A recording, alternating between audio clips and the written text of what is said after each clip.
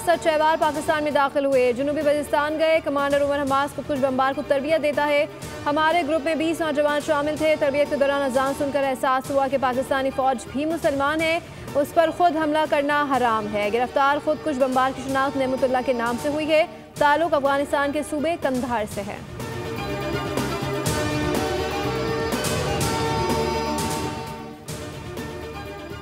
और पाकिस्तान और अफगानिस्तान का फौरी जंगबंदी पर इत्तेफाक। दोनों ममालिक पायदार अमन इस्तेकाम के लिए मैकेनिज्म बनाने पर रजामंद। बातचीत के लिए 25 अक्टूबर को इस्तांबुल में दोबारा बैठक लगेगी। अफगानिस्तान से दहशतगर्दी का सिलसिला फौरी बंद होगा। हमसाया मुल्क एक दूसरे की सरजमीन का एहतराम करेंगे। वज़ीर दिफा ख्वाजा आसिफ का ट्वीट। सालिसी पर कतर और तुर्किया से इज़हार तशक्कुर करती वज़ारत ख़ारजा ने कहा कि उम्मीद है जंगबंदी दोनों ममालिक के दरमियान सरहदी कशीदगी का खात्मा करेगी और खत्ते में अमन के क़याम की बुनियाद रखेगी।